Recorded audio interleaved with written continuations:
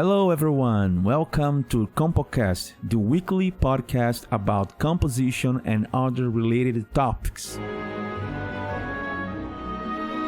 I would like to express my gratitude to the Second School of Music for providing us with their unwavering support. Thank you guys.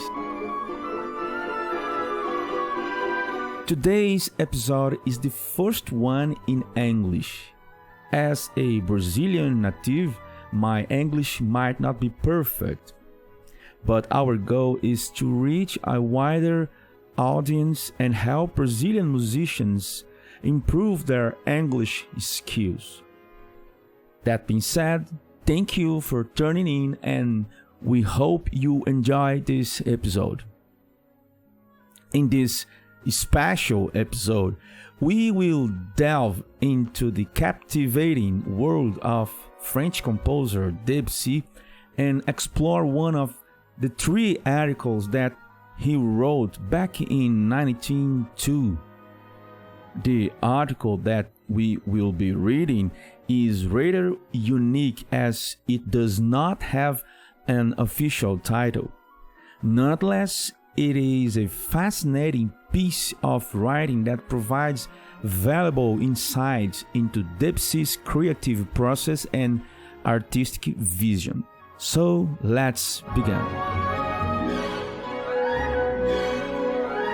From this point on, please note that I will be quoting Debussy's words from his article.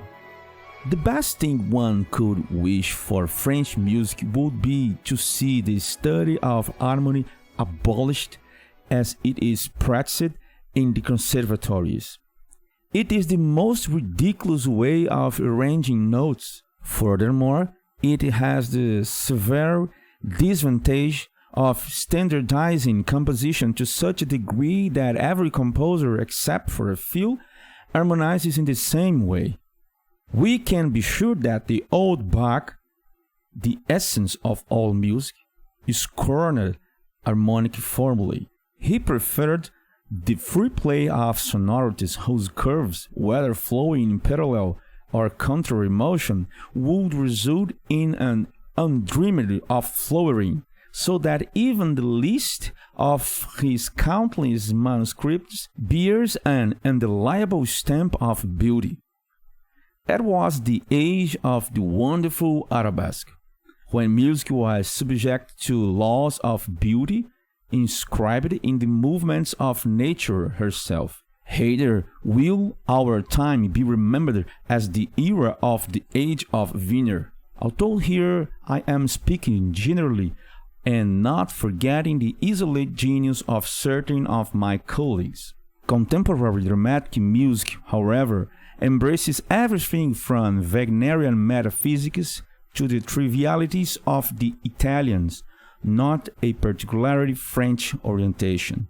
Perhaps in the end we will see the light and achieve consciousness of expression and form, the fundamental qualities of French genius. We will discover that abundant fantasy of which music alone is capable.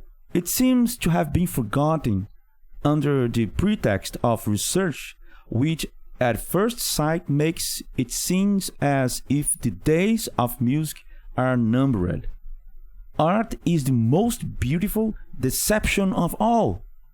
And although people try to incorporate the everyday events of life in it, we must hope that it will remain a deception lest it become a utilitarian thing, such as a factory. Ordinary people as well as the elite comes to music to seek oblivion. Is that not also a form of deception? The Mona Lisa's smile probably never existed in real life, yet her charm is eternal.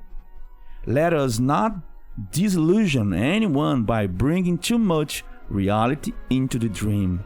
Let us content ourselves with more consoling ways. Such music can contain an everlasting expression of beauty.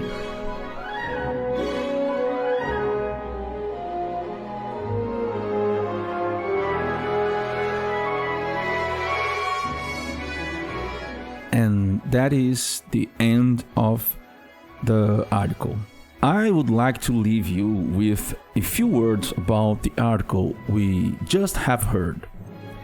Debussy, Claude Debussy is his name, who was born in 1862 and died in 1918, is considered by many the most important composer of the early 20th century in establishing an aesthetic orientation independent of Romanticism. Employed as a writer and critic throughout much of his career, Debussy actively exposed the need for widespread renewal in music. Actually, this article we just have heard responds to a question posed in the first issue of a new periodical called Music. And the question was, is it possible to predict where the music of tomorrow will be? In this article, we see Debussy's answers for that question. So, considering these three writings, remembering that we read just the first one of them, so these three writings together articulate many of Debussy's principal aesthetic positions. We can point those. First, the traditional training leads to standardization. Secondly, that music should not slavishly imitate nature, but evoke its fluidity, freedom, and mystery. Third, that composers should adopt innovative approaches, such as techniques borrowed from cinematography.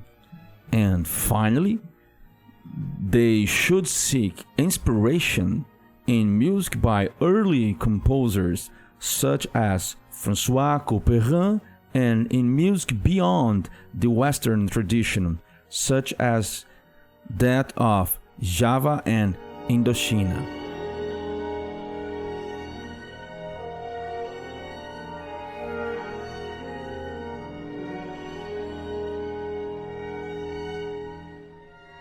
Well, guys, I really hope that you enjoyed this special episode, this first episode in English. And once again, sorry by my English, I am still learning. I hope to see you on the next episode. And for all of you, stay good, stay well, and I see you there. Bye bye.